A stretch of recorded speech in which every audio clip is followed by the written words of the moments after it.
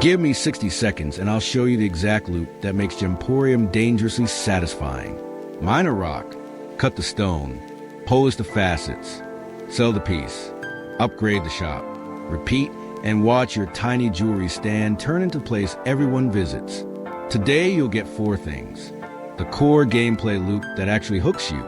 What makes Gemporium different from other cozy management and crafting sims? Honest pros and cons while it's in early access. And a simple answer to the big question. Play now or wait. Quick intro so you know who's talking. I'm your no-hype guide to cozy management games. I test loops, track progression, and tell you what's worth your time. No fluff, no fanboying. Let's get practical. What is Gemporium? It's a single-player, cozy management and crafting sim about running a jeweler's shop. You start small. You gather rough stones. You perform simple, tactile steps to turn them into jewelry. Then you match those pieces to customer requests. Each successful sale grows your reputation. Reputation brings more demanding clients. Demanding clients pay better. Better income funds upgrades. Upgrades unlock new possibilities. It's a clean chain of cause and effect. Let's break down the loop step by step. First, mining. You source raw stones. Think of it as the gather resources stage you've seen in other sims, but focused. You're not chopping 10 types of trees. You're looking for promising rocks with potential value. Each rock is a tiny mystery. Could be a dud, could be a hidden gem. Next, cutting. Timing matters. A clean cut preserves value. A clumsy cut creates cracks. Cracks lower quality, and lower quality means lower payout.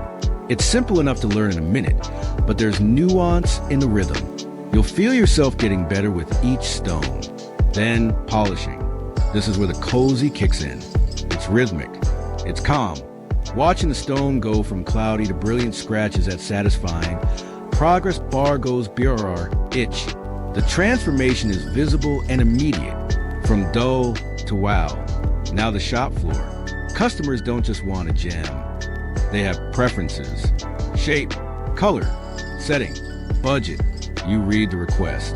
You check your inventory. You decide.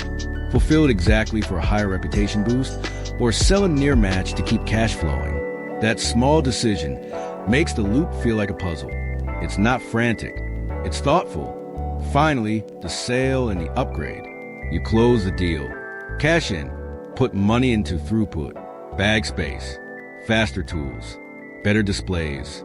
The faster you turn stones into pieces, the more orders you can fulfill in a day. Throughput equals profit. Profit equals growth. Growth unlocks a new tier of play. That's the loop. It sounds basic. It's surprisingly sticky. What makes Gemporium different? 2 things. First, the theme. Plenty of shop sims let you sell potions, crops, or trinkets. Gemporium leans into the jeweler fantasy. Raw to refined, rough to bespoke. You feel the craft, not just the commerce. Second, the pacing. The art is clean and low poly. The vibe is calm. No screaming alarms. No fail state in 5 minutes. You progress at your rhythm. It respects your time. If you played Potion Craft, My Time at Portia, or Stardew adjacent management loops, you'll recognize the comfort. But Gemporium narrows the focus. You're not juggling 20 systems. You're mastering one elegant pipeline. That focus is why it works in short sessions and in long sessions. 20 minutes feels productive. 2 hours feels like a flow state. Let's talk early access. The good first. The loop already feels tactile and rewarding. The progression path is clear. You upgrade something, you feel it. Inventory expansions matter. Tool speed matters. Display quality matters. The feedback is immediate, and that's rare. Also, the game is easy to read. UI is uncluttered. Requests are understandable. You won't be alt-tabbing to a wiki every 5 minutes. Now the trade-offs. Early access means content depth is still growing. If you need a huge late-game sandbox on day 1, you might bounce. Some players want more stone types, more cut patterns, more decorative options, and more complex customer behavior. That's the nature of early access. A strong spine, with more muscle being added over time. Proof that the loop carries more than an hour? Let's walk through a typical progression curve. Early upgrades go to throughput. Increase carry capacity so you're not doing 3 extra trips. Improve tool efficiency so cutting and polishing takes seconds off each piece. Those seconds compound. By the end of a session, you're turning out more units per in-game day. That means more sales, more reputation, higher tier clients. The snowball effect is tangible. There are also small systems that add spice without breaking the cozy vibe. One example, a gem of the day queue that pushes you to stock strategically. It creates a soft, daily goal without feeling like a chore. Another is mild risk management around finances. Take a loan to accelerate upgrades, but pay attention to the terms. You're not in survival mode, but you do feel the pressure to run a clean operation. Finally, collectibles and artifacts grant passive bonuses when you complete sets. They nudge you to try cuts you might skip, or to chase a particular stone for a while. Little incentives, gentle direction, no anxiety loops. Let's do a mini case study. Day 1, you buy cheap tools. You mess up a few cuts. You sell a couple of imperfect pieces just to get cash moving. Day 2, you've learned the timing. Fewer cracks. You invest in a bigger bag. You start fulfilling exact customer preferences and watch reputation tick up. Day 3, you plan your day around the popular stone. Cut a small batch in the morning and hold a couple for afternoon walk-ins. You finish with enough profit to upgrade the polished wheel. The wheel saves seconds on every piece. Those seconds create 1 extra sale per day. That 1 extra sale funds the next upgrade. The loop clicks. Who should play now? If you love cozy management loops. If you like tactile mini steps with visible payoff. If you enjoy giving feedback and watching a game grow.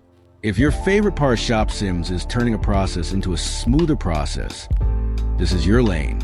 It's relaxing, but not asleep. It's focused, but not thin. It respects that you might have 30 minutes between things and want to feel progress. Who should wait? If you need late game complexity today. If you want a massive catalog of stones, cuts, settings, and events right out of the gate.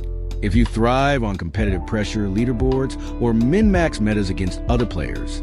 This is single player, cozy and deliberate. It's not a race. Let's be transparent about pitfalls. Repetition is part of the fantasy. If you dislike rhythmic, repeatable actions that build mastery, you won't vibe with the cutting and polishing cadence. Also, decorative depth will matter.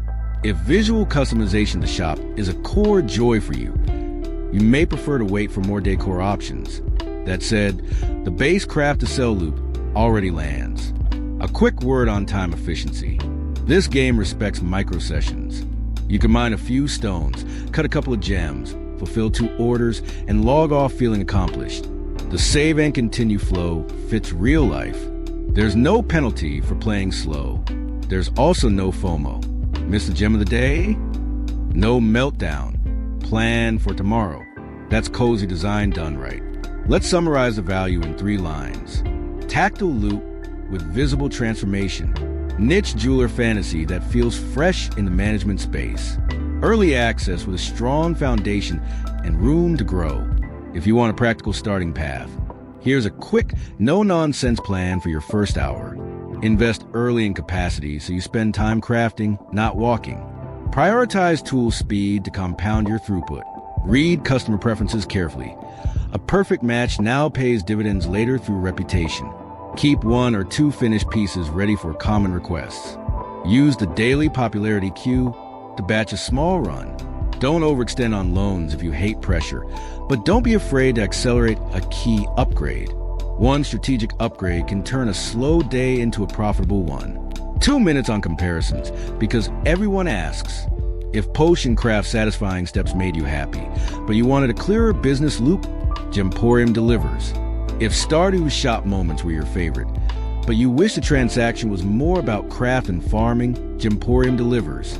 If you like my time at Porsche or similar life sim vibes, but only want the shop management slice this week, Jemporium keeps you focused. No farming, no combat, no social calendar. Just craft, sell, upgrade. Before we wrap, I want your take. Do you prefer cozy loops that you can perfect, or big sandboxes with 100 systems? Drop your style in the comments. I read them, and the best tips from you get pinned, so everyone wins. Here's my honest recommendation. If you're craving a calm, tactile management game right now, jump in. The loop is already good, and upgrades feel meaningful. If you mainly chase complex late-game metas, wishlist it and check back after a couple of updates. Either way, it's worth watching. Final recap. Gemporium in 3 bullets. Loop, mine cut, polish, sell, upgrade. Identity, jeweler fantasy with clean, low-poly charm and a cozy pace. Trajectory, early access with clear room for depth, guided by community feedback. If this saved you time choosing what to play next, consider subscribing. It tells me to keep covering the cozy management niche with real tests and real takeaways. And if you're about to start your first run, watch my next video. 10 beginner tips that boost profit and reputation in your first hour. It's short, it's practical, and it will make your first day feel like day 3. Thanks for watching. Now, let's turn rocks into riches.